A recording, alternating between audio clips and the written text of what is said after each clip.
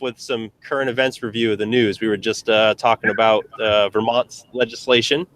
So big news this week is that Senator Allison Clarkson introduced a bill, S-269, in the Vermont legislature to do some things with crypto and with blockchain.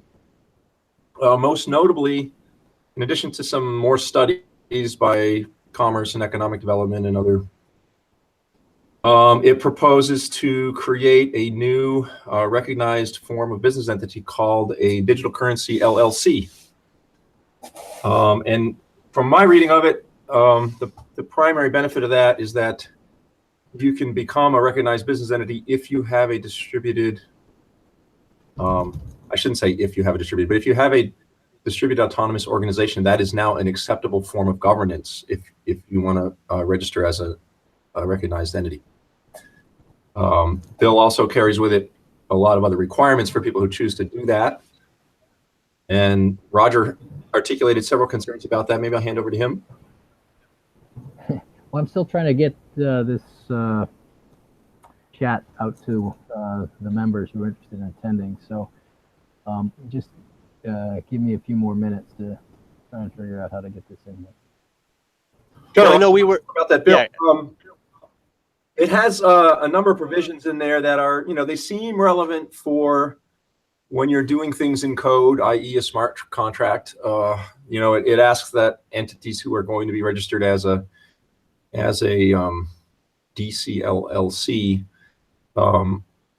have some safeguards in place for making sure that nothing illegal is actually coded into the algorithms or contracts, anything that would break the state law.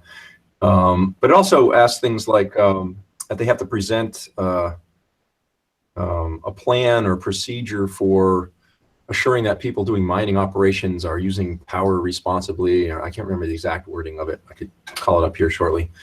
And probably most discouragingly, it imposes a 1 cent per dollar or a 1% tax on all transactions involving any currency that exists as part of the business model of a DCLLC.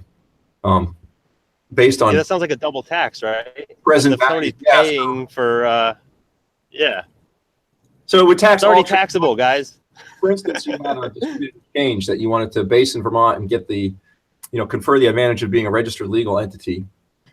You would have to pay the state, a penny per dollar of current value of any coins you were transacting, which to me seems like a real high barrier, especially considering most of the exchanges charge, their customers between 0.1% and 0.25% for various types of transactions. To add another 1% on top of that to go as a tax is just that's a heavy burden.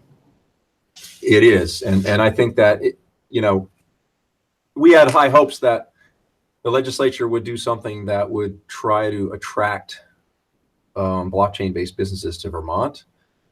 And I think being first mover to create a recognized legal entity for people who want to do a distributed governance model is a good idea. Adding that tax makes it really easy for any other state to completely do the same thing with no tax. Yeah, do the same thing with no tax and turn that into a backseat. It's a disincentive to locate in Vermont, which is really sad if it passes in that form. I really feel like I'd like to spend some time reading the Nevada legislation and try to get a proposal on those lines. The short version, from what I understand of it, was essentially they wrote legislation prohibiting further legislation of blockchain technologies or cryptocurrency use.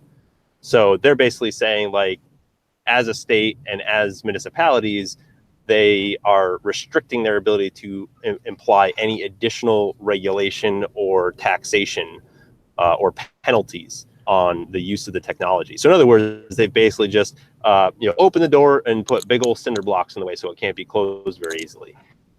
In my opinion, what I'd love to see happen in Vermont. Yeah, I think the benefits of a business locating here don't have to be realized through direct taxation of every interaction their customers have with them. Right. I think if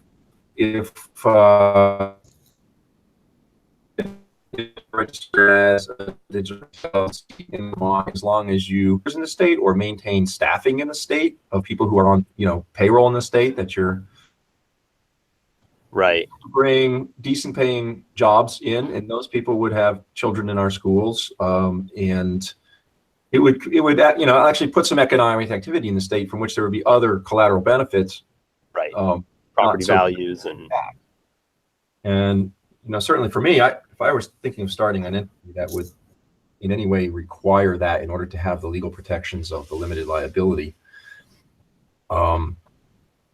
I think I'd probably take my chances and wait to see what another state would do, or do it in Estonia, right? I mean, right. or some other place that's a lot more friendly. There's no reason to come to Vermont to pay a penny a dollar for every transaction that happens in your business. Right. Not to mention that this also really just sets up the concept of a distributed autonomous organization really doing its purpose, which is obfuscating the participants, census of those participants, and limiting that liability, right? So if an organization, a distributed autonomous organization, does something, the state could turn around and go ahead and say, sure, that organization is illegal, but that doesn't necessarily mean that they even know a single participant organization. So that definition definitely,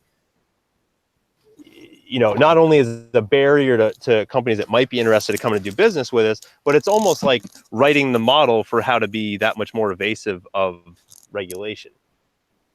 Yeah, I guess that kind of rests on the premise that the primary purpose or even a main purpose of a DAO is to maintain to obfuscate the actors who are executing. But given this legislation, it presents the value of that being a purpose. Finding in legislation that limited liability, whereas you could just write into the code the limited liability simply based on the structure of the software. Yeah, but the software doesn't dictate the jurisdiction of states and governances, right? So right, but if nobody can identify the participants and hold a person particularly accountable for a DAO's action, right, but then that forces liability. Participating in a DAO to do it, consciously trying to evade regulation, or at least at the stage for that. I think that there's a lot of DAO models, like governance of nonprofits, that are, controlled by the donors, right? Yep. Who are participants in a blockchain-based community, where there would be having that limited liability, right? So that people can't come and sue individual actors who participate in the DAO for something that goes awry with the execution of the business plan. And so it still would want that protection, but clearly aren't going to pay what the state of Vermont is going to be asking for that. Right. Well, and I guess I would also then ask, what's the difference between? Yeah, go ahead. So this statute, digital currency LLC statute, could be a great thing for Vermont. It's a great opportunity for the legislature, and if anybody from the legislature is listening, it's a great opportunity for Vermont to take the lead and to really come out as one of the first states that really embrace blockchain technology companies, and particularly those that are creating digital currency. And the backdrop of this is, which is most important, is that selling tokens, selling coins, creating currencies. This is the new way for startups and growth and companies to raise capital. So if we don't get this right, we're really discouraging every company that would either remain in Vermont or be thinking about moving to Vermont, because this is how capital is going to be raised in the future. So what they're saying is they're going to put a 1 cent tax on every transaction, and that's the part that really makes no sense. So maybe this is just a draft bill. Maybe this is just to get people thinking about it. But unfortunately, that was the headline of the story that got picked up in the news. In the CoinDesk article that came out today, the title of it is "Vermont could collect taxes in crypto under proposed law." So I could maybe share the screen on that one, but so I'll have to say that statement actually sounds kind of good. Like it sounds like they just said Vermont's accepting crypto for taxes. Hey, let's go with that. Let's spin it. Come on. Great way to spin it if you're in the legislature. But let's see if I can just share that that article. Well, hey, considering what was just going on today with their, efforts to legalize cannabis, and then of course Sessions' statements the other day about how they're going to crack down, the state might just want to start putting all their assets in crypto, yeah, protecting themselves from the Fed. I think it would be a wonderful idea if they did that. Can you see my screen? Yes. Yes. So, sorry, can you see the article? Yep. Yeah, so this came out today, and this is the one that really says, look, there's going to be a transaction tax equivalent to 1 cent. Now, what that means, I think, is that every time there is a transaction on the blockchain, the company would pay it a cent. And when you think of it, that's kind of absurd because, first of all, the company that creates the currency can't control the transactions. And somebody who wanted to put the company under just has to have transactions going every day back and forth, and that would add to the plus taxes. If you microtransaction the article is not accurate. It's much worse than that.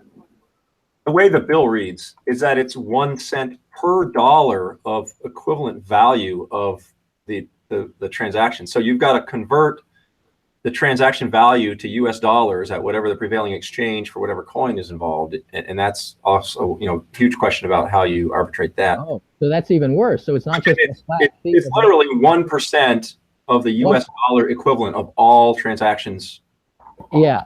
And so what this is like is if you imagined a company like IBM, every time somebody bought or sold a share of stock in IBM, the government would say, well, how much is that transaction worth? And we should get a tax of 1% just for transferring it between the parties.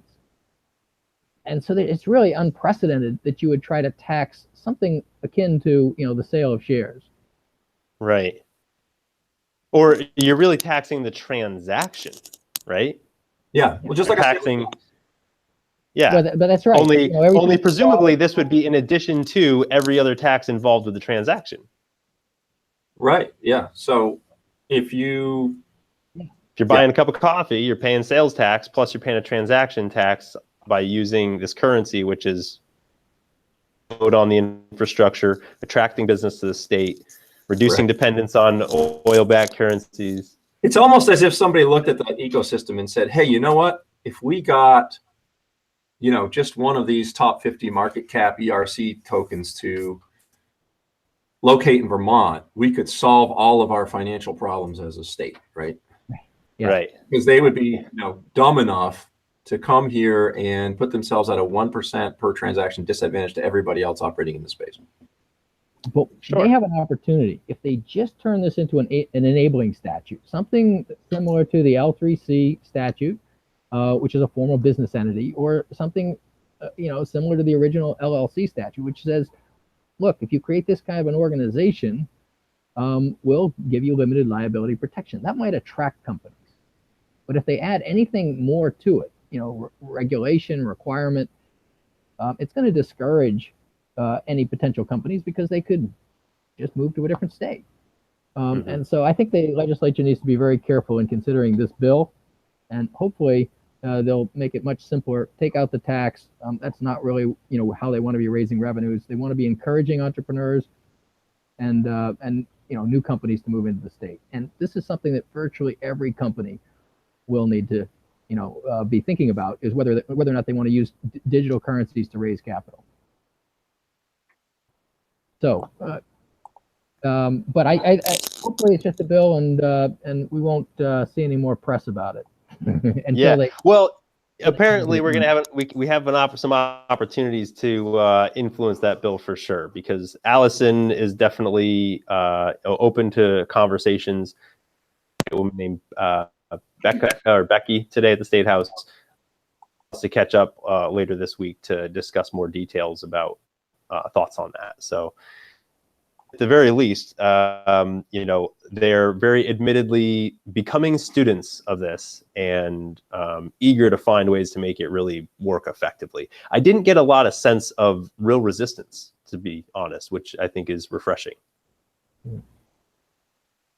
Well, so let's move on to some of the other topics. Yeah. Hey, so we just actually were joined by Benjamin Brown, and I spent the day with him up at the State House. And Benjamin is the founder of newgrassroots.com, which is an effort to engage constituents in the political process. Yeah, I'll let you, Ben. Why don't you give us a little bit more detail on New Grassroots real quick, and tell us why you're joining the conversation. I think you're muted, or hang on. Are you muted? How's this? There you go. Okay, great. Can you hear me okay? Yeah, sounds good. Good. Hello. Good to meet you, gentlemen. I guess I don't know your names, Roger and Steven. Yeah, sorry. Yeah, we've got Roger. Roger Glovsky. Roger's when I told you is working on starting up Randolph co-working space in Randolph, involved with entrepreneurship in Vermont. And Steven is an engineer and fellow crypto and blockchain enthusiast, and excellent resource for all kinds of insight when it comes to government contracts and some of the nuances therein. Great. Good to meet you, gentlemen. So yeah, and to digress a moment, Roger, my great grandmother lived in Randolph for many, many years. I grew up in Rutland and go back several generations in Vermont. But I have fond memories of my great grandmother who passed away about 5 years ago at the age of 103. Wow. About 6 weeks shy of 104. Wow. Yeah, so you have good water out there in Randolph. Well, I think it's great Vermont living. I appreciate that. And, what we want to do is turn Randolph into really the new blockchain capital of the world. So come on. We're just going to start with a co-working center and take it from there. Okay. I like it. Awesome. So Ben, give me just a real, real brief synopsis of New Grassroots. Sure. So Ryan, I mean, potentially I could do a screen share real quick and show you. Yeah, go for it. Awesome. So real quick, some context. I've been raising pastured poultry for about 8 years now. That got me into political advocacy, essentially, around issues that impact small farmers. And my experience in political advocacy led me to discover that the Vermont State House does not keep track of how many Vermonters call their legislators. So as an organizer, my job was to go into districts and to get constituents to call their legislator to ask them to please vote yes on, Senate 123, Senate Bill 123. So I was doing that, and I was pretty effective. I was getting a lot of people to call, but at the end of the day, I had no data to determine whether my legislator's vote actually reflected the will of his district or not. So that experience made me frustrated, and I decided to kind of try to solve the problem myself. So I worked with a developer. I'm not an engineer, so I don't code, but I've worked with a developer based out of Philadelphia for the past about 4 years, and we developed software that delivers voice messages from constituents to legislators, indicating support or opposition to specific legislation. And then, of course, we aggregate those call statistics statewide and try to determine whether legislators are representing their people. So I'll just, let's see here. Do a screen share. And I'll just kind of jump in here. Can you see the screen? Yep. Good. Yeah. Let me jump back there. Lock it on. So we also provide a suite of tools to advocacy organizations to more easily conduct and manage their phone call campaigns. That's weird. I'm bumping over on the side here. I'll have to talk to my guys. Oh, they're probably, sorry, they're under the hood right now, by the way, working. So we'll see if this works. But essentially, I'm a citizen. I sign up at newgrassroots.com. It's a free account. Name, address, phone number, and telephone. And the meat and potatoes is recording a 1-minute voice message to support or oppose specific legislation. So we hit Open States API to determine if the legislation is currently active in this session. Actually, here's a good one right here. The implementation of an electronic roll call system in Vermont House. Yes, I'll support that. And this is just a demo account, so this is not going to. I'm going to call Senator. Yeah, it's not. I'm not going to actually call Senator Polina right now, although he's cool and he'd be fine with it. This is really cool.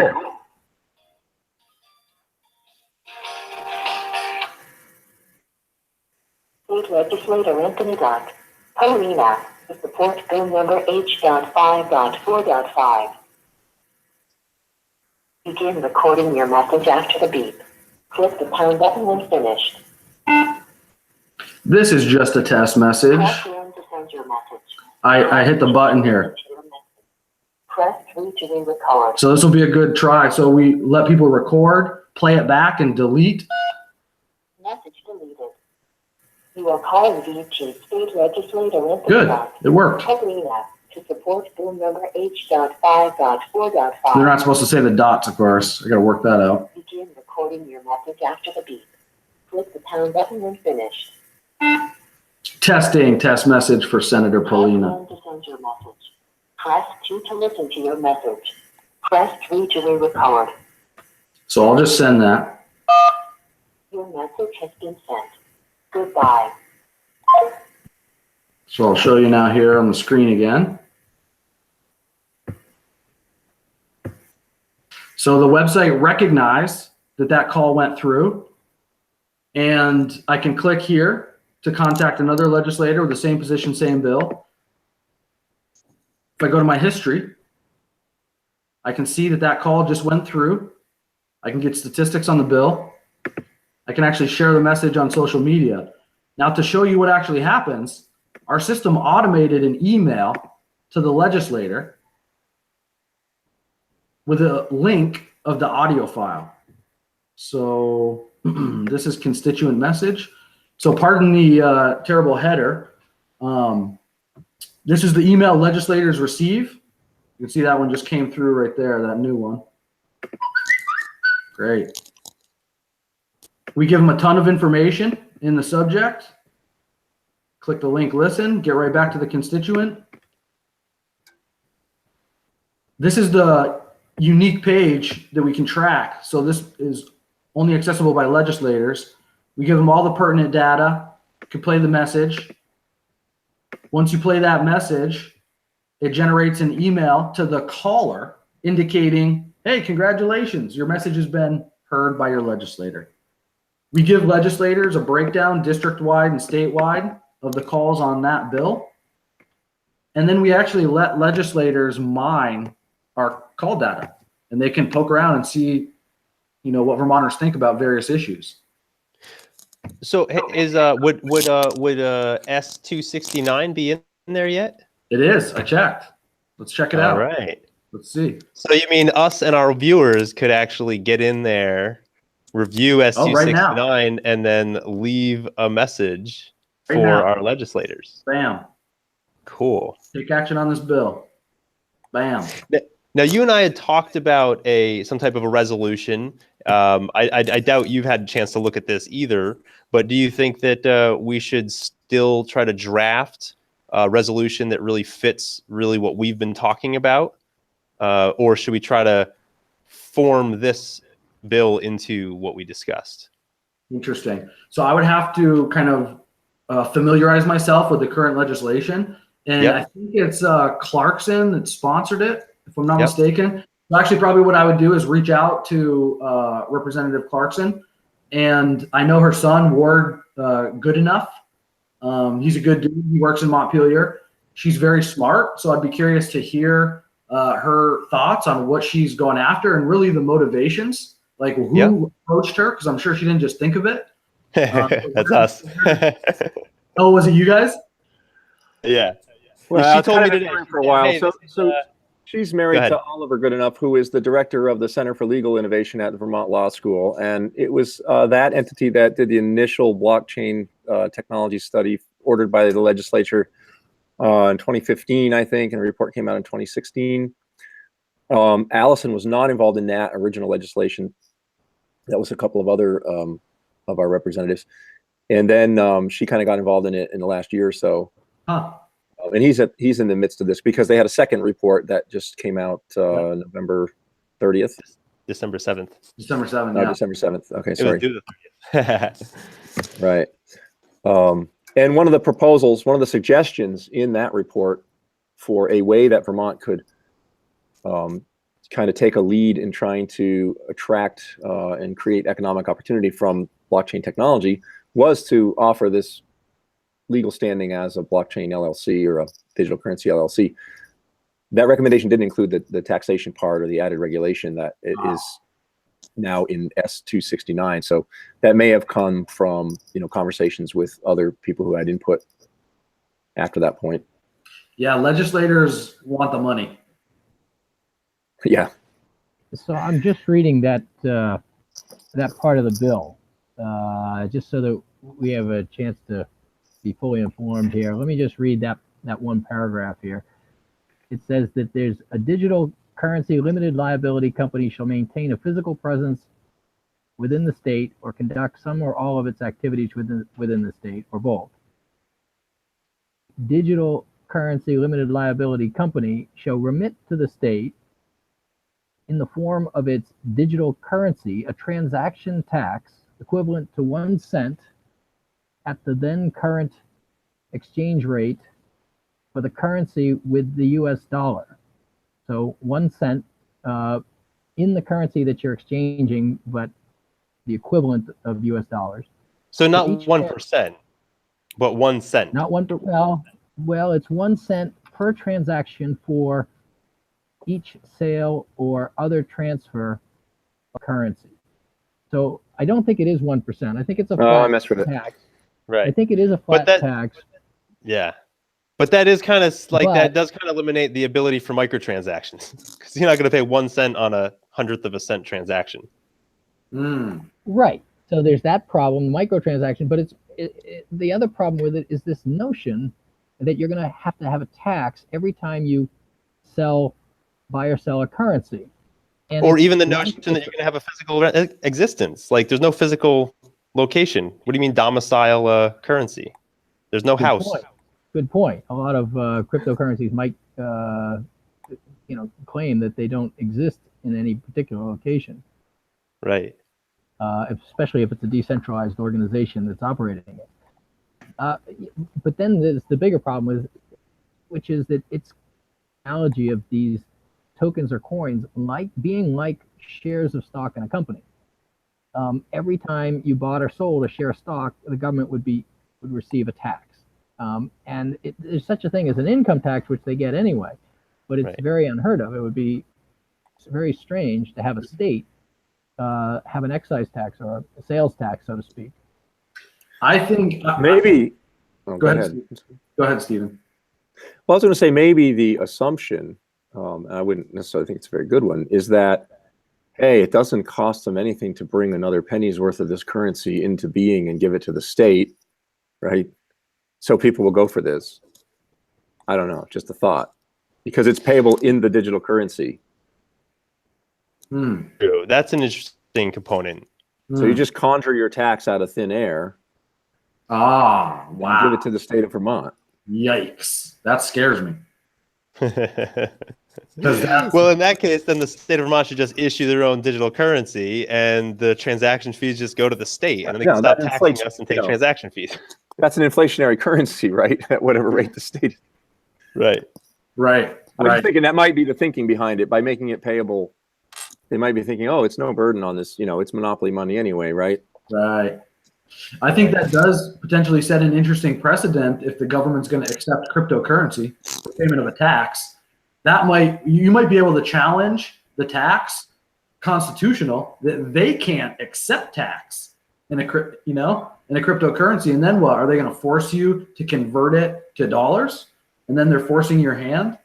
So I think so for me, gentlemen, to put it out there, I think this is a super interesting bill and issue of trying to think about regulating cryptocurrencies to utilize my platform to engage different communities across the state of Vermont. So that's kind of what, my approach was with Ryan.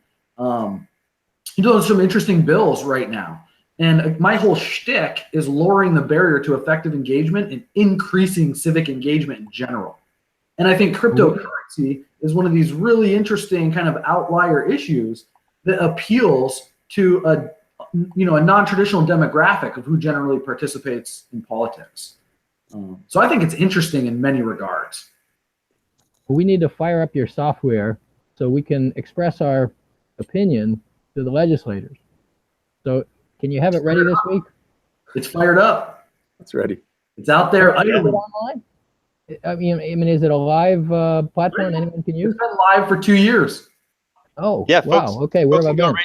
newgrassroots.com. Folks can go right to the website, and you can register right on there. Yeah. And I think I've logged in now too. You verified my login there.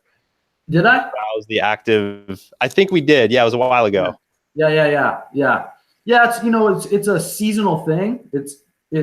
The legislators are only there January. Well, technically, I was having that discussion today. So what I did today was I reserved a room at the State House all day today, and I had my software up on the large screen TV, and I had a couple laptops out and my phone, and I invited all 180 legislators.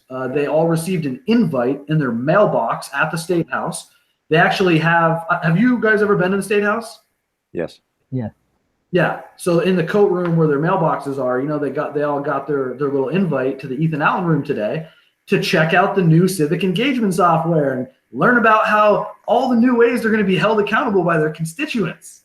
So it was really fun being there because I enjoy that taking that perspective into the State House.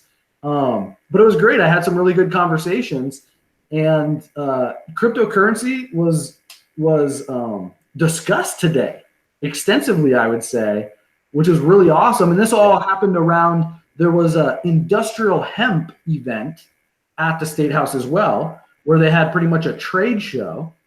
There's a bill right now pending that stands to legalize possession of up to an ounce of cannabis. And now I'm moving out of industrial and talking about recreational cannabis. So there was that cannabis event, which had probably 100, 150 people. And then I had my legislator workshop all day. Ryan and Seth came in to talk about cryptocurrencies. And it was just a lot of schmoozing, a fun day at the State House. But this bill in particular didn't come up.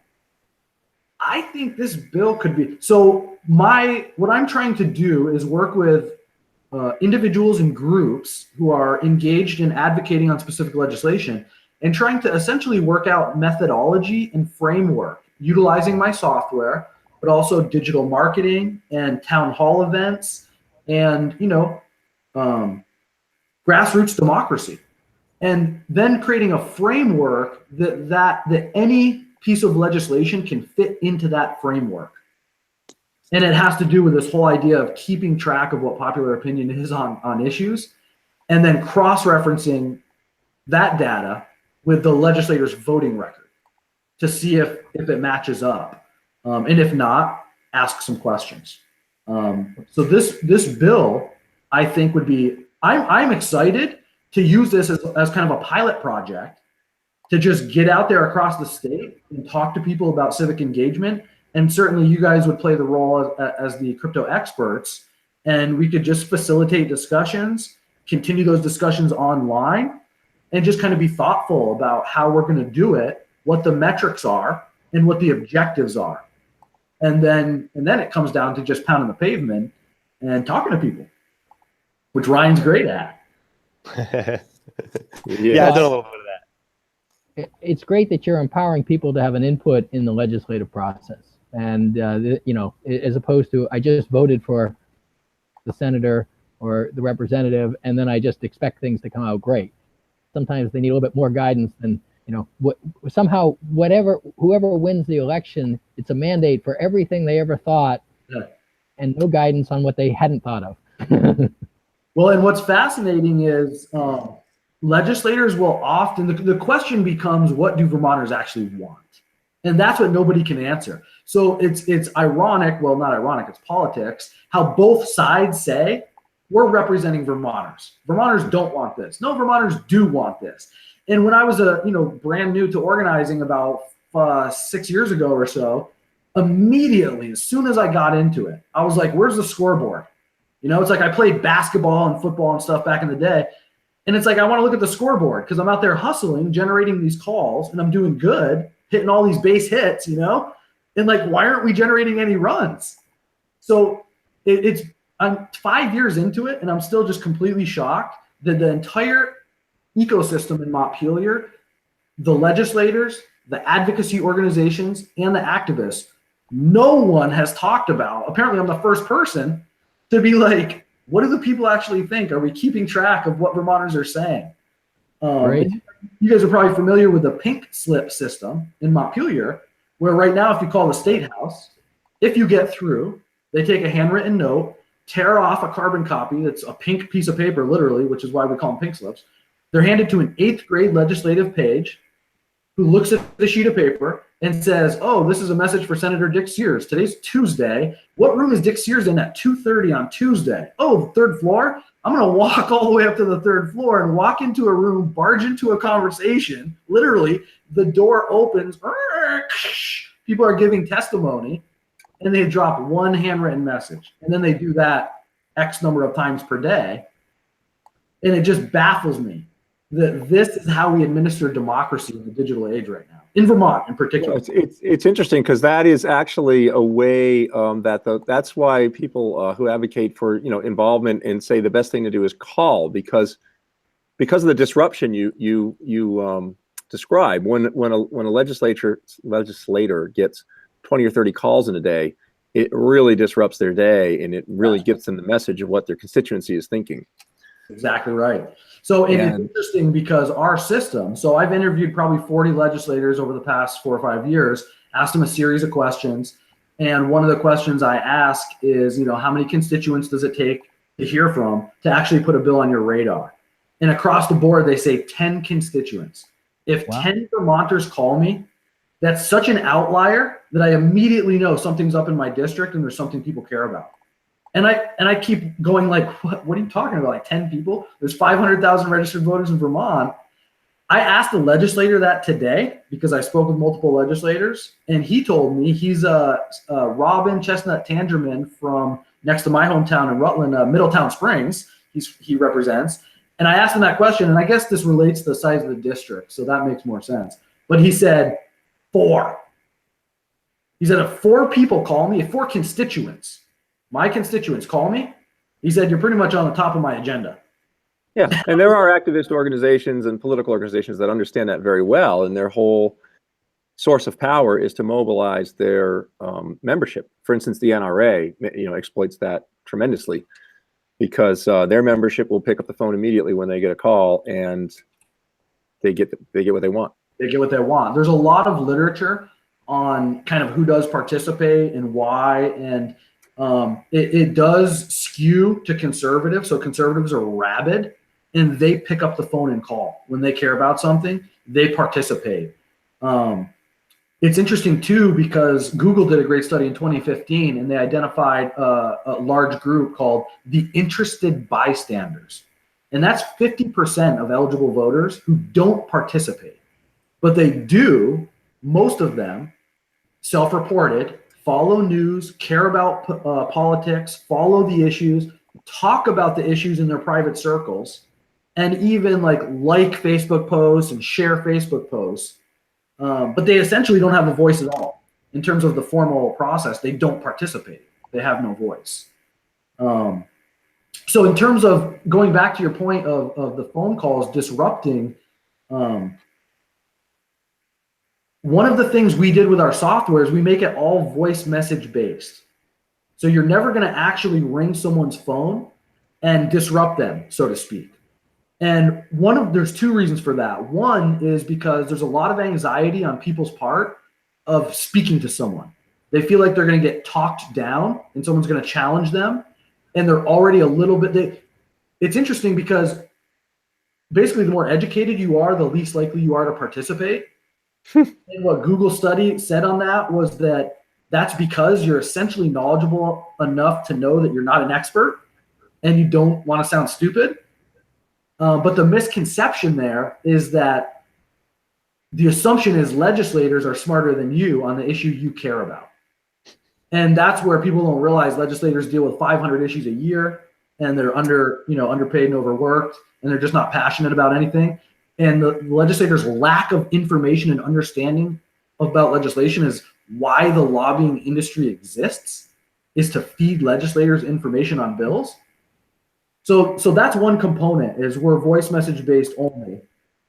And it's because we want to alleviate that anxiety. Now, the interesting narrative for the legislators is, although we're not disrupting their phone by ringing it off the hook, which I love that, and I've done that before, but we are removing plausible deniability that we're doing just that.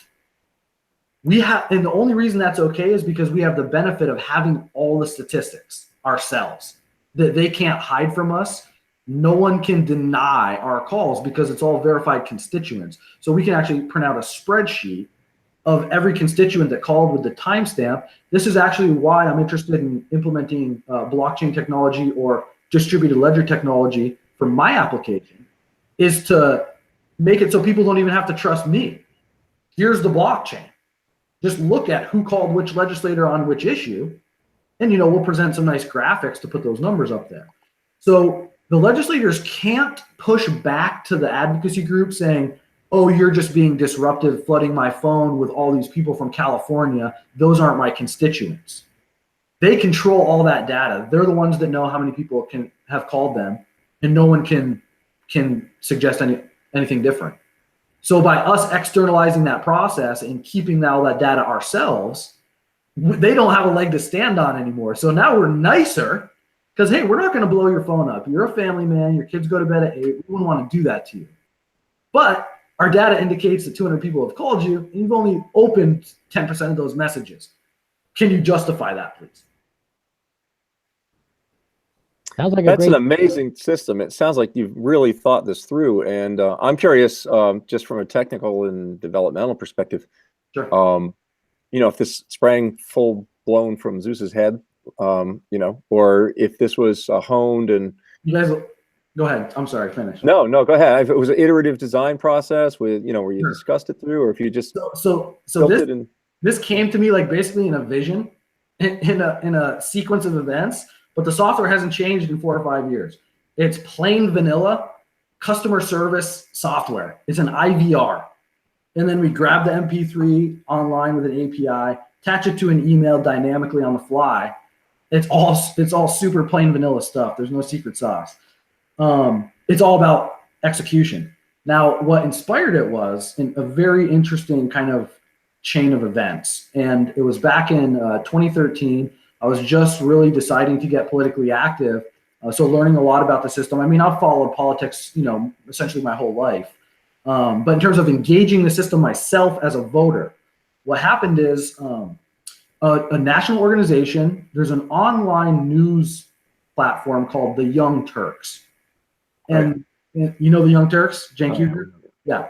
So their political branch, Wolfpack, is who I was following back in 2012, 2013.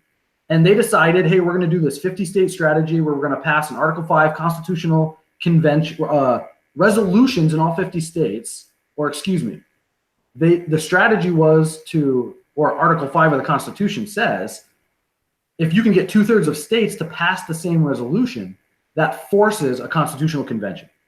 So the idea is Congress isn't going to pass the bill themselves. There's only 2 ways to amend the Constitution. The goal is to overturn Citizens United, get money out of politics.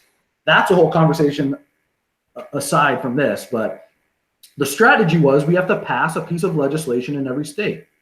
So I was watching their news channel, and I was, fired up, getting more and more fired up. What had happened actually is I had experienced a personal tragedy. And I had to find something to do with myself. And I was watching this politics, and I was like, you know what? I want to go for it. I want to go all in. And I called up their 800 number. I was watching the Young Turks. I called up their 800 number and was like, I've never organized politically, but I've, done door-to-door sales. And as you can tell, I don't mind talking. So tell me what to do. And they were like, great, you're the leader, you're the state lead organizer in Vermont, and we're going to make Vermont the first state in the country to pass this legislation. I was like, sweet, what do I do? So they're like, okay, so the bill got introduced. It went to a committee. Committee has 6 or 7 people. There's your targets. Find out who agrees, eliminate them. Now convince those other people or enough of them to pass the bill. Boom. How do we do that? We go into their district and we call them. So they coached me up on a phone call based advocacy methodology. So I was like, okay, boom. So I go, so that's how I kind of got into it. Now, when that happened, I realized Vermont doesn't keep track of the phone calls. So my mind was thinking about how can I keep track of the phone calls. My brother's a software developer in Williston. So I've been around, like he had a Commodore 64 in the house when we were kids in the 80s. And so I've been around technology my whole life. I love technology.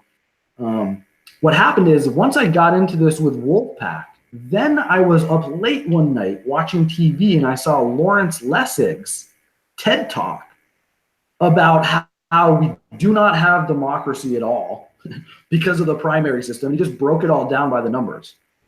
Right after that TED Talk, I watched another TED Talk that had to do with, it was by an MIT scientist, Bonnie Bassler, who discovered quorum sensing.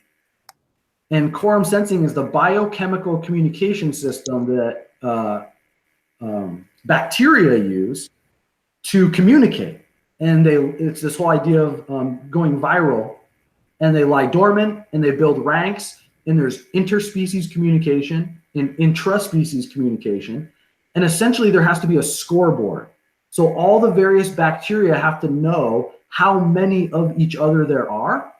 And what bacteria have figured out is the most efficient path toward taking over the host is not launching the viral attack until you've reached a mathematical probability of over 90% of success. So you build your ranks until you have a stable enough base, then you launch a viral attack. This is what happens biologically. So Bonnie Bassler discovered that biochemical communication system they use, which they call quorum sensing. So quorum, of course, for me, triggers like political thoughts because you have to reach quorum. And then I was like sitting there just after coming off the Lawrence Lessig TED Talk, and I'm thinking, wow, our bacteria operate in a pure form of democracy. And it's smart contracts. Dude, I've never made that connection. They have smart contracts because no one can do anything about it. If it gets to the number, it gets to the number, they go for it. That's evolution. So I watched a democracy-based TED Talk, then a microbiology TED Talk, and boom, it was just like, well, shit, we need that system for democracy because us little bacteria nodes in the districts should all know what each other says, and then we should also know what the other districts say, and then based on that, whatever is going to happen should just happen. It's not a decision you make. The decision is, what do you think about the issues and what's popular opinion? So I translated that into my phone call-based advocacy work that I just started with Wolfpack. And I was like, well, shit, we'll just deliver 1-minute voice messages and keep track of everything. And then we'll beat the legislators up with the data in the newspaper. And that was 5 years ago. Well, that's brilliant. It's amazing that you're able to put those concepts together. And that applies directly to the blockchain technology, right? I mean, wonderful story. It really, you mentioned it, you made the connection with smart contracts, but decentralized applications, they can go beyond currencies to allow people to vote, but also to to have input into whether it's legislation or governance or management, and so can you take your technology and put it on the blockchain? Absolutely. So there's already companies doing this who I've been following since I saw them come through on social media. So there's an organization called Democracy Earth.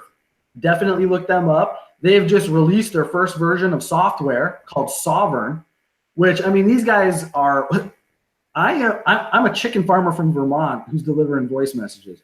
There's like real smart software engineers working on this. And my whole point, my whole goal, their problem is going to be adoption. It's tricky, it's complicated, people don't get it. They're talking about like nationless states. They're challenging the whole thing at a much larger level, which is actually where the thought process leads. So they're taking it to its logical conclusion, which is like, why do we even need borders? You know, people form groups on the internet. Why isn't that your jurisdiction? Well, it's true. And I think the cryptocurrencies are the first example of that, where, the regulators of the individual countries are trying to catch up with how do we regulate this global phenomenon where the software developers have created this opportunity to trade currencies, and it's not being, it's not being restricted by the borders. So if you can do it with money and software, why can't you do it with governance? And if everyone, agrees, hey, let's, ban certain types of chemicals, and they can agree worldwide to do it, and they can act with their money or their cryptocurrencies. That's right. Then you start to change the power balance. And once you put a crack in the dam, it's an opportunity to redefine governance. It's scary. It's scary though, because I'm as when I came into this, it was guns a-blazing, and now I'm sensitive to unintended consequences and how power vacuums get filled. And because usually if a power vacuum is created, it's the people with the resources who are assertive, which says nothing about whether they're benevolent or not. It's rich people who want to fill that vacuum. So I'm sensitive to the idea of creating a vacuum of power. The other thing, quite frankly, is this whole thing of direct democracy. So people, Ben Franklin talks about the one of the key components of a democracy is an educated populace. Right. A republic, if you can keep it. Exactly. If you can keep it, if you can keep people from, becoming couch zombies and just doing whatever they're instructed to do. So I'm sensitive of that as well. But ultimately, there is nothing stopping this. And I would even go further and say nothing can stop this. So it becomes a matter of how and when. And again, who's involved, who's pushing it. So the Democracy Earth, those guys are super smart. They're going bonkers. Like, they're going for it. I'm actually taking the inverse approach, which is I'm going to meet people where they're at right now and go analog and go to the rallies and get someone to take out their cell phone and do something familiar. Call your legislator real quick. And then the distributed ledger is going to come in as the accounting system. And then I'll be positioned so that culturally, as people catch on, I'm already got people engaging on my software. They don't care whether it's blockchain. They have no idea what that means. They don't even care about democracy. You start talking about blockchain, it's like, people can't even care about being heard. Yeah. Right. They care about their issue. They care about their issues. And it's tricky because people are super jaded right now, and I think rightfully so. I've talked to hundreds and hundreds of Vermonters, thousands, quite frankly. And many people, I say, hey, will you call your legislator? They say, I've done that many times over the years, and I've never heard anything back. I've emailed them, I've called them, and you know what? I'm just busy and I'm tired, and I'm not going to waste my time anymore. So that's what I'm up against, is that narrative of telling a new story and saying, well, wait a second, look at this software. I'll show you the fun little pie chart. Your voice does matter. It matters this much.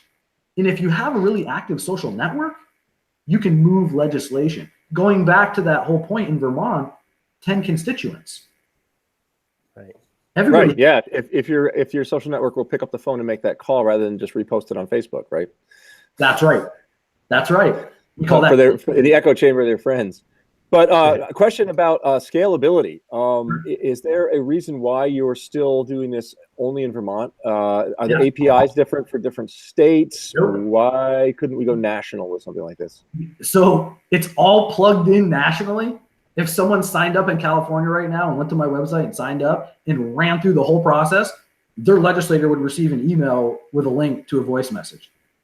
So it's plugged in, ready to go. It's resources. So you're sitting on a nuclear arsenal here for political change, and you just haven't distributed it. Four horsemen.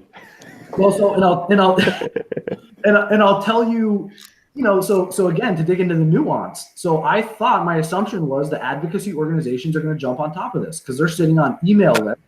They already have a budget and spend money on technology to generate contacts to legislators. So they're already doing it. aren't they going to love this new way to do it and keep track? So I built a whole suite of tools for advocacy organizations. They can CSV import infinite number of members and instantly register them to my system. So the first email those members ever get from New Grassroots, it goes directly to the record message page with the bill and position pre-populated for them. So it's literally like 2 clicks from recording that message and it all gets captured. And what the advocacy organizations have essentially told me in lockstep across the political spectrum, it's too much transparency for us and we're not going to use this software. And what they have said is, we're not in the job of fixing democracy. We are in the job of getting legislation done. And our opponents are going to know how few calls we were able to generate. And that's a disadvantage. So I'm sorry. Wow. I swear to God. And you've seen, I've torn my hair out. I'm tearing mine out now just listening to what you said. Yeah. I'm telling you, I could tell horror stories. I could throw so many individuals under the bus in Vermont. These are executive directors of, well-funded advocacy organizations. So before we throw anybody to the bus, let's segue this a little bit, right? Because we're talking about politics. We're talking about getting some legislation passed. We're about educating our legislature. Sure. At the same time, to make all this happen and to fight really what we're up against, right, which is money, we need money. So there's a couple things here. One is I think that there's a place here for a statewide collaborative for blockchain initiatives, maybe social change initiatives. I think there's an opportunity there. And what we've all talked about in different contexts, some type of a partnership or a hedge fund or organization give Vermonters or maybe others even the opportunity to get invested in blockchain and cryptocurrency markets. You can even use this as a tool for social impact. In other words, a fund could actually have a portion set aside to support a consortium and drive legislation and put some money that direction here. So, what the number one metric on that, and this could be interesting because I love the idea of bringing game mechanics and game theory into civic engagement, is okay. So we go get some sort of crypto community fund to help Vermont set national precedent to build local economy with cryptocurrency and distributed ledger technology. And what we do is we measure cost per call, and you build the game around cost per call because right now, this is how politics works, is the presidential election, they quantify how many dollars did it cost per vote that I got. In last election, it was $113 per vote. That's what Trump and Clinton paid in terms of all the money. They spent $1 billion and got, 26 million votes, which is... Well, that's what it costs to buy an election. Right. So based on this idea that national politics, this is what they do. They all operate on metrics: cost per call, cost per contact, all the marketing. They purchase all of our personal data on the open market, 5,000 data points on every single voter in the United States, and it's all up for grabs. So it would be really interesting to create a little game around math and numbers and start quantifying and looking at, create a funnel. How much money do we need to dump into Chittenden County District to generate X number of calls to get immediate attention from a legislator? Basically, what we're doing is making lobbying obsolete and shifting that power to where legislators have no choice but to pay attention to their constituents. So how big does our hedge fund need to be in order for 10% of it to fund a successful initiative long-term to move forward and protect our freedom to use blockchain technology and cryptocurrencies? In Vermont, I mean, just in general, this state, you can stretch money so far in this state. And quite frankly, if you come out all money bags, you'll get shut down by the Vermont legislature. Because they'll say, you're not funding this yourself. Who are you? What's going on here? Well, that's what I'm saying. If we do a Vermont resident only investment fund, so we do a hedge fund, all the money is coming from that hedge fund that's invested in cryptocurrencies, and then we'll allocate, say, 10% of that fund to push toward legislative and social change in Vermont. Sure. Legislative, social, and economic change in Vermont. I mean, if you had one person on staff full-time and one person part-time, you would be like everyone would see you everywhere all the time. It's such a small place. Right. If I actually made money for what I did, I could spend all day, every day going out and hustling. And Vermont is so small. There's such a small pool of decision makers and players in the Vermont system. You could really stretch that a long, long way. And when you talk about, essentially leveraging technology, that doubles down on your impact as well. And there's so much gristle out there in the Vermont advocacy world. I think a really lean, efficient system with just really good, smart approach and a really pointed digital strategy. I mean, you could get after it with one person, so we're talking what, 50, 60 grand a year, throw some marketing dollars in there and maybe some travel expenses. I mean, if you wanted to get crazy, a couple $100,000, and now you're hosting 2 to 3 events a year, and you're bringing in a band and you're providing food. This is what Bernie Sanders does. The reason Bernie Sanders events are so well attended is because they attract people that don't care about the politics. It's a cool event that has free beer and free food. So very little. I like Bernie. Small. So at your point, 10%. You say $100,000. That's $1 million fund. So if we do $1 million hedge fund. Yep. And you're considering the crypto markets, that could be a $10 million fund by the end of another year. Who knows? Totally. And that should easily support now and the future efforts in Vermont to move forward and protect these freedoms. It would be a darn good start. I'll tell you that. All right. It would be. Awesome. Well, let's see. How are we doing on time here? It's 8 o'clock. Oh, we're early, huh? All right. Well, I think we've got a good opportunity here in Vermont to have that conversation. I think your platform is a great tool for all of these political efforts. I think that we can definitely utilize it, and I think it'll be really helpful. What do you? We talked a little bit about some bullet points. Did you? We talked about some bullet points as some a resolution or an initiative.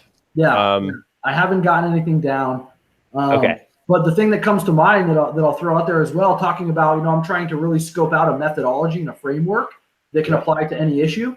A podcast, a weekly podcast that's advocacy oriented, where you're educating folks on that week's progress, and maybe you talk about a little bit of national stuff, crypto, talk about the local crypto goings on, and then there's the call to action at the end. So that's my daughter. If you can hear that. So a podcast on top of an actual advocacy strategy. Mm-hmm.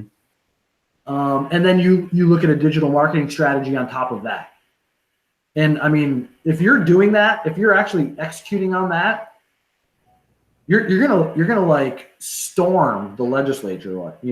It'll be things are just not super organized there. And like in politics, it's a lot of, if you play offense and you have a plan and you execute on it, you're the one out there executing on your plan. No one can stop you.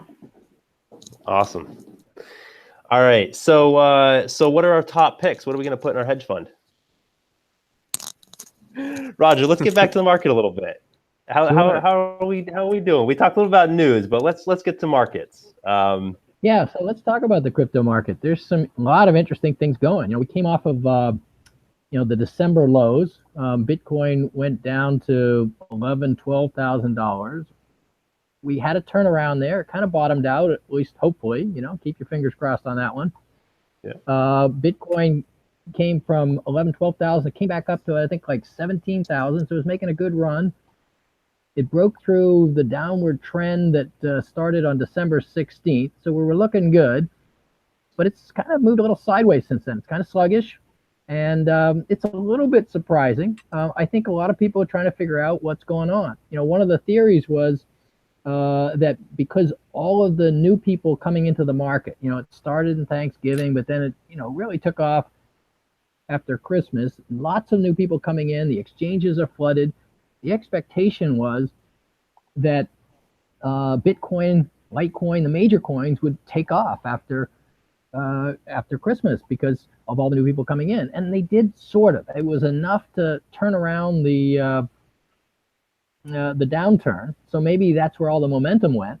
But the thing that was surprising was that Bitcoin and Litecoin and Ethereum is hitting new highs. So in that sense, that's performing on schedule. But Bitcoin, which usually leads the rally, is actually kind of moving a little bit slow. And in the meantime, the altcoins have remained strong, and a lot of the altcoins are hitting new highs. So, what do you guys think? What's happening in the marketplace? How come the altcoins are doing so well?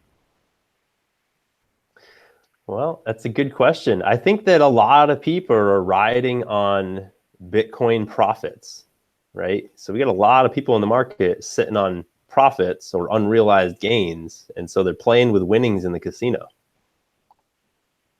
Like so the winners, right? The guys who are making the profits, they're taking the money out of Bitcoin, Ethereum, the major coins. Maybe they're taking them out of some of the smaller coins.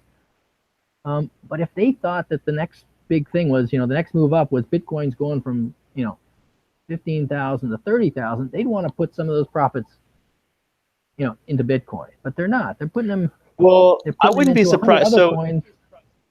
That's what I'm saying is big traders are as far as any big Bitcoin traders, they're probably just simply in Bitcoin now, or maybe they're playing the swings up and down. But, they took that, they sold out on the big top and they bought back in on the big low, 11, was it? I think it's saw the lowest at 10.8 on Gemini, 10,800. So they bought back in there. Any of the big players were picking that buy up. But what you have is people that put in $10,000 and now they're sitting on $100,000 and they're playing with $90,000 in the rest of the market. And every time they trade their Bitcoin for some XYZ token, that's adding Bitcoin to the market, driving the Bitcoin price down. So they're taking, they're maybe 50,000 or 60,000 of their winnings and they're throwing it into some other coins, hoping it's going to go 10x. Meanwhile, that's driving down the value of the Bitcoin. Well, and I think that's happening. I think we're seeing some of these coins that are doing, these coins that people have never heard of suddenly do, 5x, 10x in the last, 3 weeks. And I think everybody sees that. And then they say, how do I get one of those? And then all the people rush over to the next one that starts to rise. And then it becomes a 10x just because everybody's rushing over there. Right. So that's kind of a sloshing of the funds. But, is it just sloshing, or is it, is something different happening this time? I mean, I literally read 3 different Facebook posts on various groups that were people going, oh, hey, I just, did great on this coin, but while I'm waiting for that to go up again, I'm looking for another coin. What's the next one to pop that's under a penny? Right. And it's that logic, like it's that lack of real fundamentals. We've got all kinds of traders in the market that have no depth of what they're actually buying. And I think that's it. I think that's it. So social media is the key to everything. If you hear it on the internet, it must be true. But from what I'm seeing from social media is exactly what you just said. That people are looking for things that are under a penny, or what they want to buy into Bitcoin when it was $1 or less. Right. And it doesn't matter if there's a quadrillion of them. That's right. It doesn't matter. They're not looking at how many there are out there. They're not looking about what the project is. I think you're right. I think, to some extent, cryptocurrencies are pretty complicated. What's the project? What's the technology? How do you get the thing? I mean, I can't tell you how many people I talk to that, okay, I'm on Coinbase, but how do I, exchange it for, one of these other coins or tokens? Well, you have to go onto these other exchanges, which are not accepting new users right now. But if they were, you'd have to then send it from the, Coinbase or wherever you bought in, and you'd have to exchange it for this other one. And, and then there may be other, hoops that you have to jump through, and because every coin's not on every exchange. So I think, to some extent, maybe people get overwhelmed with it, with some of the complexity and trying to figure it all out and doing all the research. So they just say, well, what's the next, really cheap coin? I want to own the really cheap coin. And so it goes up. Yeah. And that's what we've been seeing. What's amazing is if I look at, if you look at the top 100 coins, they've all gone up, phenomenally. And so the altcoins are doing well. I see that as a positive sign, right? Because the market is broadening. It's not just a one coin wonder. It's not just Bitcoin. Bitcoin's dominance, what its percentage of the total market, has dropped from 60% in just mid-December to 33% now. That's a huge drop, but that's a direct reflection of how broad the alt market has risen. But it's also a maturing of the market. It means that there's money being put into a lot of these different coins. I think the thing that people have to worry about is that, when they're investing in Ripple because it's going up, when they're investing in this next thing that looks cheap because the price is low, at some point, there's going to be a sorting out the wheat from the chaff. There's going to be, which are the coins that really have value, and how do you value coins? Which maybe will segue us into the next topic, which is, how do you decide which coins are most valuable? Yeah, can I give my opinion on what's been happening? Yeah, please do. Sorry, Steve. I think it's a combination of both. I think that a lot of newbies in the market who have no idea what they're buying, like you're saying, they're looking for the penny stock equivalent, basically. I think at the same time, we see the people who have been in the market for a while, who understand the fundamentals of a coin, are starting to make a move toward the ones that have strong fundamentals as Bitcoin itself kind of stalls out, which may be something to do with the stabilizing effect people were predicting in terms of what the futures trading was going to do to it. It really scares me because the number of grossly unsophisticated people just betting on anything that they see the word for the first time on in social media can really move around a lot of wealth. And not that it's affecting mine, but that it's going to hurt them. It's going to hurt a lot of people who are mortgaging the house or going in, taking out a line of credit and trying to get in on this, and they don't understand the dynamics of what's going on. And the curve we showed last week of the compound exponential model, I'm going to call it up here. I think we're on that vertical part of the your application window. We're on that vertical part of the graph, right? This was Bitcoin's price. Even if we put that on a log scale, right? We're here. And that was a reflection not only of interest in Bitcoin, right? But also interest in the whole market. And so all these people that are coming in here now, and now they're looking for the next big thing. But at the same time, I want to point out that coins that are strong in fundamentals have been moving up in the rankings to displace things that were not. Right. If we look at the market cap of the top 50 coins, right, and we follow things that I got interested in Cardano here when I read its story and what they were trying to do, and I don't remember exactly what it was now. But I thought, oh, that's a coin I should be looking at and maybe trying to find a buy opportunity. Well, if we go through, so this is November 25th, right? If we move forward to, it's just November 26th. I don't think it moved much there. Yeah, it moved up here to this spot. Yeah. Right. And then here is January 2nd. And Cardano's all the way up here in 5th place, right? Yep. So that's a coin where I think maybe some of the sophisticated blockchain enthusiasts who are seeing now when I entered this, I always expected, Bitcoin was going to be big for a while. And then other things that offered more scalability and more smart contract capability and whatever, that were a better platform for more asset management and more DAO type stuff would take over, like Ethereum, like other things eventually. And, if you listen to investors like Mike Novogratz and others, he's following that same sort of thesis. And I think we're starting to see that people are beginning to buy into that thesis now and put their money on these coins, because another one like that is NEM, right? If we look back in November, it was down here and it has moved up 2 or 3 places in the ranks to now it's in 6th place, right?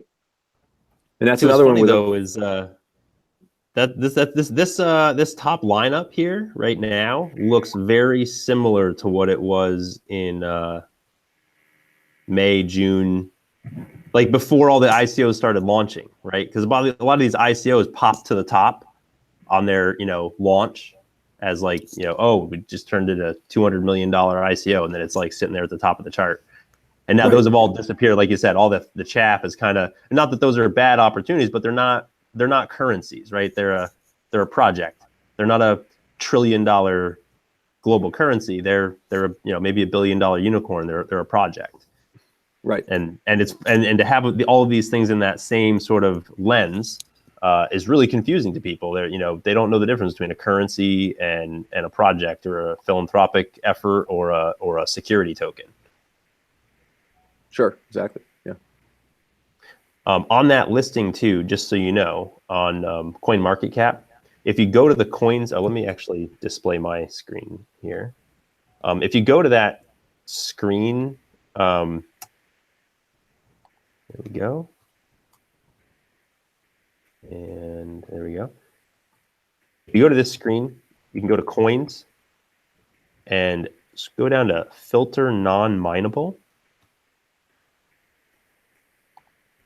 And that's going to take out all the tokens, basically, all your smart contract based tokens, and leave you with your actual mineable coins attached to a blockchain. Mm-hmm. So I would encourage anybody who's looking to diversify to at least limit their initial purview to actual coins that represent currencies that really could have sort of have an unknown max cap at this point as far as where it could go in value, right? We've seen Bitcoin go crazy. It could still go multiples. A lot of these others, in theory, could go multiples also, because they operate under similar premise in terms of being a limited supply mineable currency. Now, some of them have different monetary policies. Like we've mentioned, Ethereum has an issuance policy that provides quite a few more coins into circulation than others. But this will have you looking at least at currencies, as opposed to getting caught up on a some smart contract development project that who knows what's going on with. So let's talk more about that. So let's talk about, you mentioned that, some coins are mineable, some coins aren't. So you eliminated the non-mineable, and presumably, you believe those are the ones that are mineable are more valuable. Well, yeah, because the mineable coin represents a token that is on a blockchain that is secured by the mining. So that's the underlying security of any smart contract system that might come up on Bitcoin, or all the smart contract stuff that runs on Ethereum uses Ethereum. Ethereum is the backbone, right? Bitcoin Cash may have all kinds of stuff that builds up on it, and Bitcoin Cash would be the backbone. Same thing with Dash. And so a lot of these ICOs we see launching are projects for, say, distributed application, right? So like Swarm, for example, is a token that is basically running like a global classifieds. And so they've got a distributed application. It's actually live. You can go to swarm.city, and you attach that to an Ether wallet, which, in my opinion, is poor design. But my point is that it's an application. And so if you're buying Swarm tokens, you're buying tokens to work within that specific platform. And that token, that application, that platform, all exists on Ethereum. It's all on the Ethereum network. So the mineable tokens, Mm-hmm. these are the ones that have a consensus algorithm, is that right? And therefore, you've got this checking. The miners are, processing the transactions, but also checking to verify them. Right. Yep. And they create the environment for those smart contracts to exist in. Okay. So that's one criteria for deciding which of the coins that you think, I think in separating the wheat from the chaff, and in trying to figure out when things all, get sorted out. Well, it's like classification, right? You want to be holding the coins and the tokens that are most valuable. And so trying to figure out which of these coins is going to be around in the long term, right? That's really part of the challenge today. And so one criteria is whether or not they're mineable. What are some of the other criteria? Well, the limited supply. So, when you're looking here, you see the circulating supply. That gives you one number. That's the number that have been issued so far that we know of, right? And then when you actually click on there, and it gives you the max supply, and this is rounded slightly, but the 21 million max supply. So that tells you how many are in supply right now and what the max will ever be. And that number is what they basically multiply circulating supply times price of the coin equals your market cap, right? And so, whatever a market cap could possibly be is going to be, somewhat limited to the circulating supply. If you've got a circulating supply of more, then you, in theory, are likely to have a lower price because there's less supply. So, for example, let's find, let me think of one that has, oh yeah, look at that, Verge. That's a good example. So Verge has, gone through the roof lately. What But do you mean? It's only 19 cents. Yeah, exactly. Well, it's 19 cents now, and it is up. Let's see, it was half a cent. See, less than a penny, and people went crazy and they bought it up. It didn't hurt that John McAfee, made some public statements supporting Verge. I'm sure he owned a bunch of it first. And so you got your half-cent price here on December 3rd, and then you can see it shot ridiculously through the roof up to 22 cents. So that's what's the quick math on that? It's 100x. Yeah, so No, it's sorry. gone up Yeah, 100. 50x. So it's already had this tremendous rise, but it still looks cheap. Yeah, people go, So if 20 you were to- cents. Yeah. So if you were to compare Verge to, let's just say Ethereum, right? Yeah. Or let's pick another one because that's got a higher, Well, let's stick value. with Bitcoin just because everybody knows that number, right? We get the 21 million max supply for Bitcoin, and it's roughly 16 million circulating. So here we're looking at 14 trillion circulating. So, just shy of 1,000x. So let's call it 800. So if you, multiplied this by, if you were to sort of make it like, if this were to quote unquote catch up to Bitcoin, right, then that would only get it 800x, right? So that would be 19 times 8, $160. So that'd be So when you say get up to Bitcoin, you're talking about market cap, right? Exactly. You're If it saying, were to, look, what and this is kind of important for a lot of people that the market cap is maybe more important than the price of the coin, because what you do is you take the number of coins multiplied by the price, and it's going to show the market cap. The market cap reflects the entire value of the project or the currency, and it's important to compare that relative to other similar projects or similar currencies.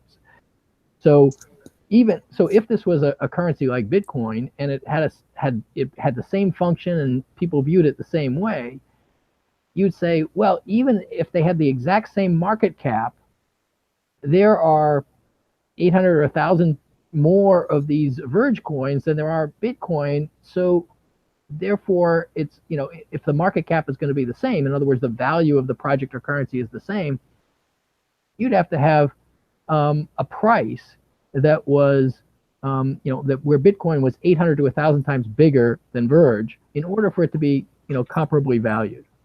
right. So the fact that it's 19 cents, well, that may be high relative to its value in the marketplace. Right. Even though it's only 19 cents. Right. Yeah. And if it were to get to a similar value in the marketplace as Bitcoin, the Verge coin would only be like $160, even with Bitcoin at 14,000. All right.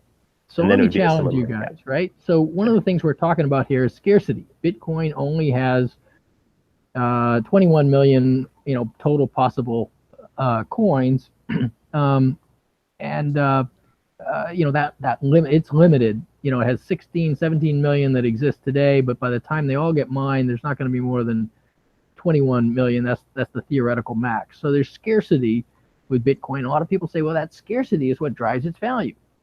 But I want to challenge that a little bit, because people also say that what gives coins their value is the network effect. So if you only had 21 million Bitcoins, but nobody was using them, it wouldn't be very valuable. You take a coin like Ethereum and it's used for every project out there. So even though it has a much bigger supply, this network effect, the fact that people are using them, even though they have a greater number of them, you could actually have a higher value than a coin that has a more limited supply. So is there a theoretical maximum? Is it possible that Ethereum could exceed Bitcoin in its total value, the total market cap of Ethereum, even though it is, could it exceed Bitcoin just based on, even though it's dilutive, even though it continues to have a greater number of coins created, is it still possible that the network effect could carry it to a greater value? Well, it depends on right now on how many people are actually willing to hold it in that network effect, right? So really, if people are perceiving Bitcoin as a store of value and they maintain that perception, and they also maintain the perception of Bitcoin as the reserve currency for the various markets, because even Ethereum's got, transaction fees are jacking up with Ethereum, which basically is just demonstrating that, like, yeah, okay, look at that. The two currencies being used have high transaction fees. So, as those things being deterrents, that would tell me that if somebody were to defect from Bitcoin as a store of value and deplete that network effect, they're probably not going to jump to Ethereum as the store of value. Okay, so I think we need to distinguish between two types. Well, a network effect operating in two realms here, right? Yeah. So usually when you talk about a network effect in the terms of like communications or internet, you're talking about an effect that scales roughly with the number of participants squared, because the number of interactions that n participants can have, each of n participants can have, is one with everybody else in the network, which is n minus one. And so if you take n participants times n minus one interactions they can have, you get something that's roughly n squared as when you get to high ends, right? That's a usage phenomenon. But that's also the same mathematics that tends to control the rate of adoption of a new technology when it's on a network, right? So if I and one of n people interacting with n minus one people spreading the gospel of Bitcoin, then the growth of demand for Bitcoin is going to grow by that same scaling function. So that's an adoption of the currency as something that you want to be involved in and hold in your wallet, which is one factor driving the price changes right now, because with a fixed number of coins, increased adoption means that the price of the coin is going to be nearly a mirror reflection of the demand, right? I mean, it's going to scale nearly perfectly with demand, right? Steve, can we go back? When we talk about the utility of a coin like Ether as driving these other things, or if you're using them in transactions to buy goods and services as a currency and a medium of exchange, now we're talking about an ongoing network effect and utility, which is a different thing. And I think currently those two things are conflated in the valuation to different degrees in all the coins out there. And so it's important to keep in mind the distinction between the two of them. Steve, can we go back to your diagram of the the exponential increase? Because I think there are a couple of things here that are important with regard to valuation. When you show that innovation adoption curve, right, and you plotted the data. So if you can just explain, right? So yeah, sure. The dots at the top. Go ahead. So the black dots represent what I call the bottoms, or the local minimum, where every place where there was the lowest local price of Bitcoin. And I did this on the Poloniex exchange because it was easier for me to pick the numbers off. And even though it was against US dollar tether, USDT, which isn't really the US dollar, it provided a nice data set. I mean, not flip between these. So what I did was I was saying, well, if that represents where this thing corrects to, when the irrational exuberance flushes out and the panic selling happens, the people who are still holding on because they believe in this phenomenon, this is the true adoption curve of the true believers, right? it's going to be reflected in those bottoms of the price fluctuations. So then I said, let's fit a curve through that. And I tried an exponential, and I'm going to show this in log space, right? This is a logarithmic axis here where every division is 10 times the previous one. An exponential in log space is a straight line. In log We're space, not looking at the log space yet. You're not seeing the chart? I'm seeing. I see the chart, yeah. but not the log chart. You're showing us the other one. Or did it not? Is it not switching on my screen? I'm seeing a straight blue line on mine. Yeah, this Are is. you? Yeah, I'm seeing the straight blue line. Yeah. Oh, okay. It must be my screen. It's just not updated. So the straight blue line is the best exponential fit to this data, right? It doesn't fit it because it's compound exponential or double exponential. It's compound exponential growth. This formula here says, you know, B is the growth factor, and it's the exponent of B, which is the growth factor of the original value, right? And what I ended up doing is fitting this to a logistic curve, right? Because when you run out of people to adopt it, right, the value flattens out at the top, and it looks pretty sharp in log space, right? Because each division up here is 10 times more than the one before it, so it looks a little sharper than at the bottom. But in reality, that's like an S curve. Well, let me jump in here a little bit, Steve. Yeah. Sure. Because not all of us are engineers. So, but we do have biologists in the audience, and they get this. Yeah, and the work that you've done is brilliant. But just want to, you know, key into a couple of simple concepts, which is one, that what you found out is that the minimums that you plotted really fit a curve that is similar to the innovation curve, right? Yeah, I mean, absolutely. the S curve for innovation. Same phenomenon.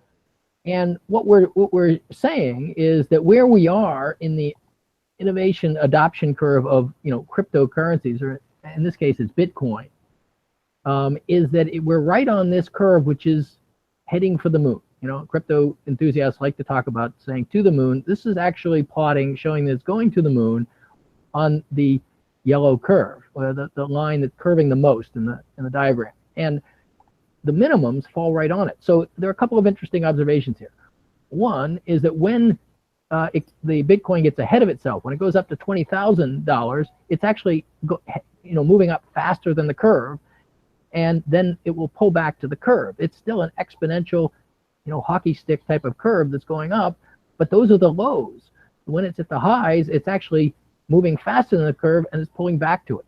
Right. And the other important point, I think, is that even though Bitcoin's kind of sluggish right now, it's still on this rapidly accelerating curve, isn't it? Yeah. Yeah. In fact, it's above it right now.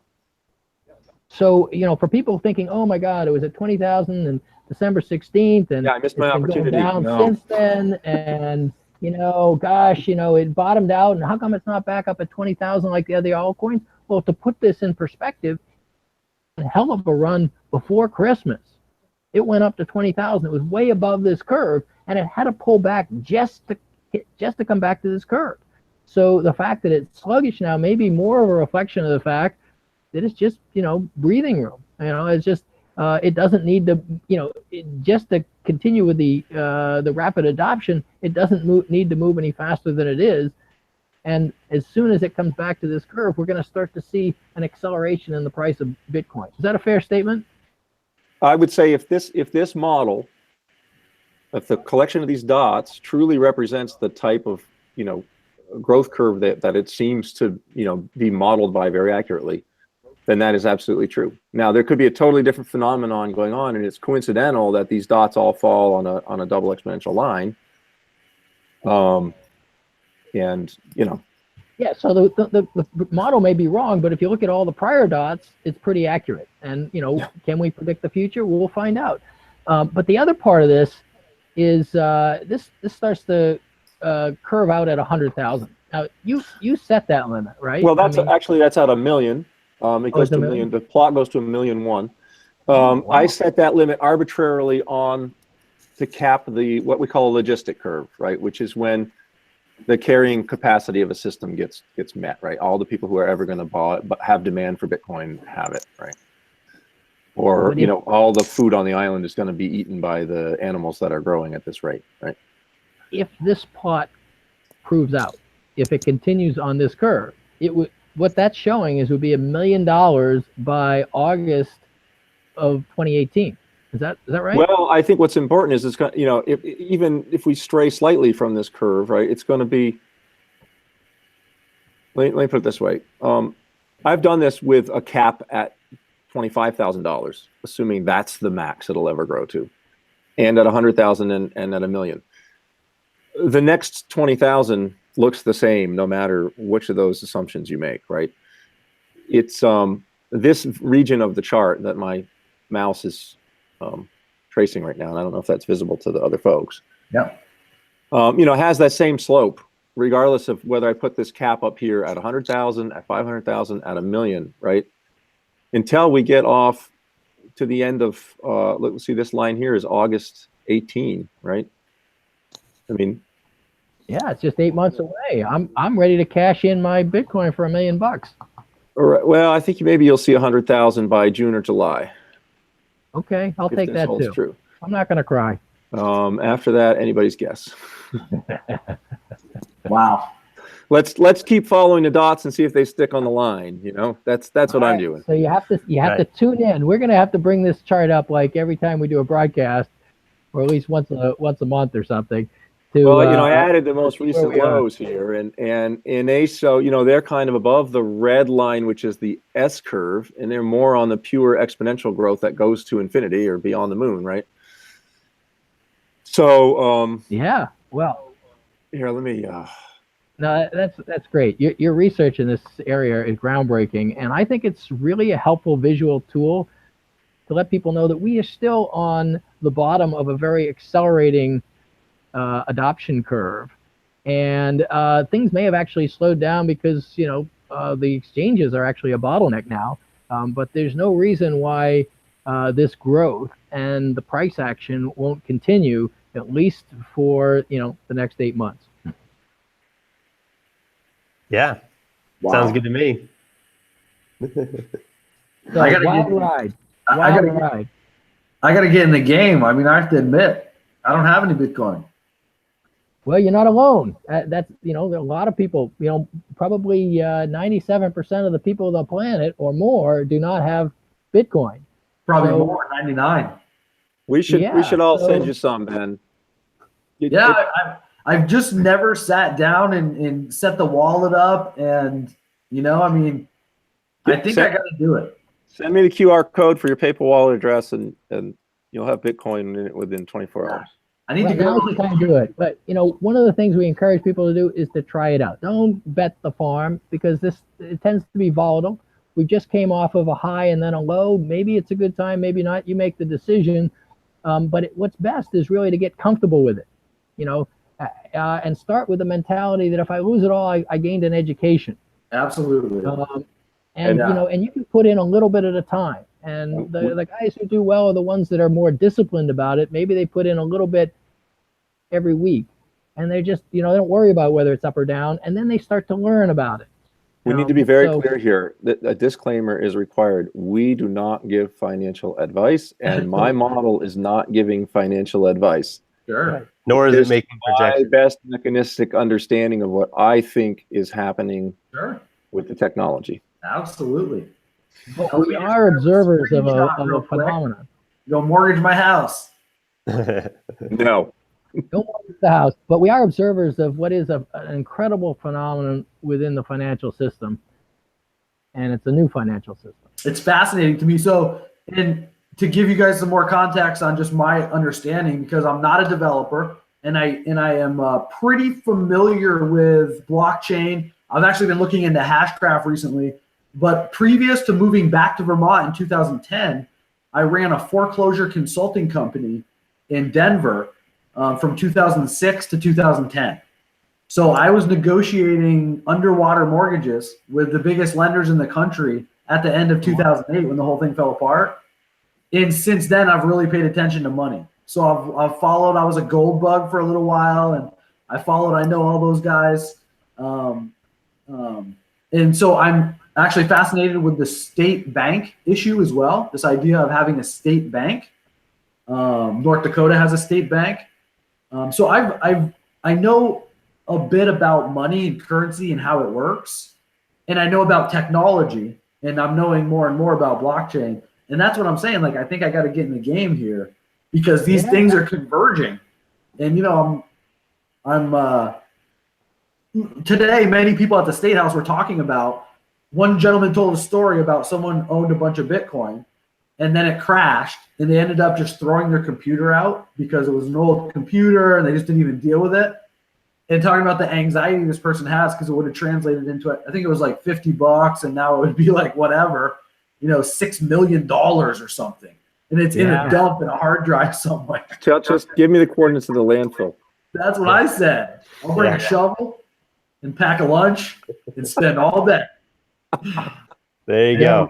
There are actually a lot of stories of computers of people who go to the dumps or hire people to go to the dumps to find these old hard drives.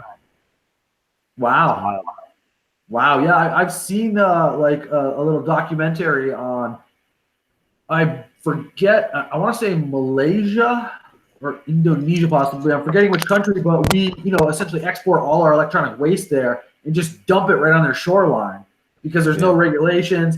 And then the villagers essentially go out and they pick every single thing apart like you would an animal in a starving village.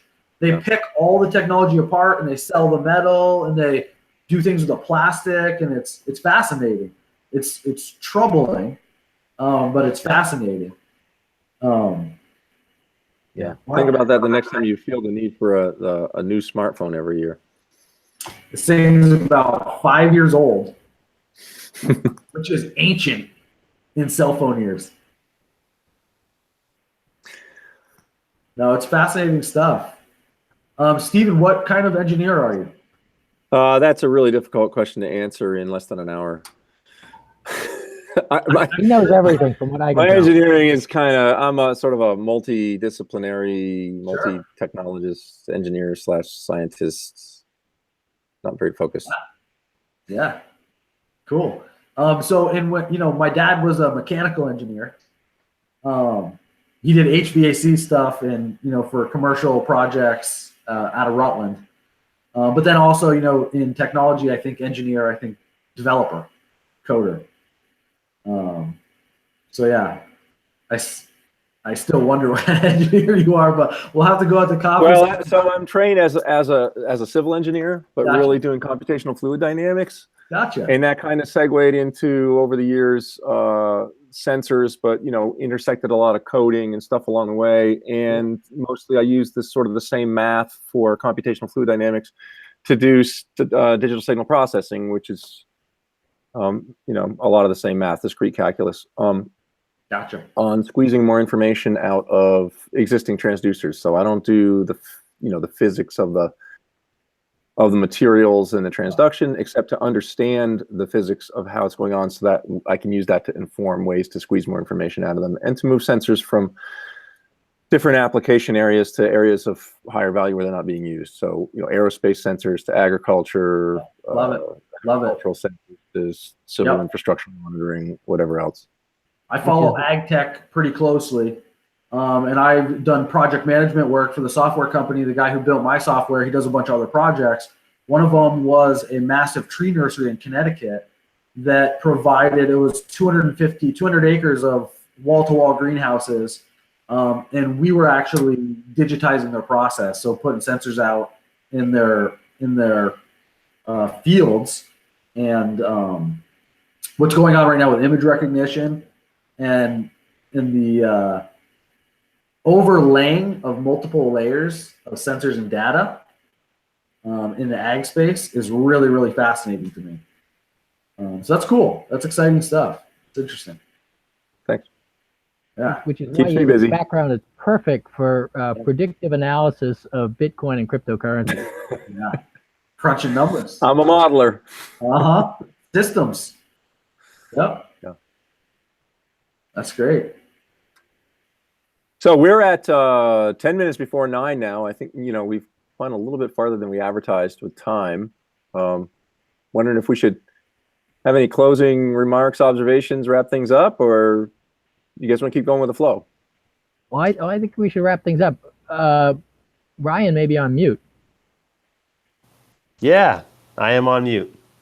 All right. Yeah. So, yeah, thank you guys all. Definitely, I think we're good to wrap this up. We've got a long one in tonight, but I think we've got some things to keep talking about, and I think we'll be probably talking sooner than later, especially about this hedge fund thing. I mean, I think, you know, the core of all this stuff is ultimately we've got some energy we can put into things, but if we can get a little bit of consensus together on some people that want to, you know, collaborate on that, and if we can help use that to help our mission, to help fund some of these initiatives, you know, maybe some of the stuff we talked about, getting, you know, educational programs into libraries, things like that. You know, I think we've got a lot of things that we can do here. So I look forward to talking more with you guys over the course of the next week.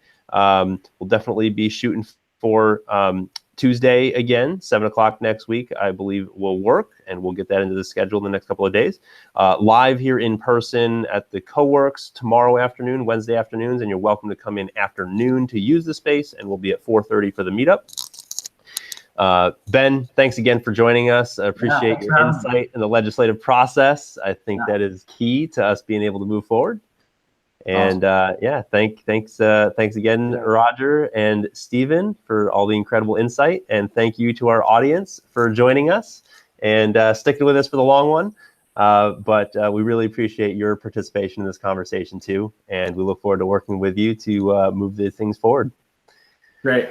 See y'all soon. Have a great night. But just keep hodling. That's right. Yeah. Hodl away.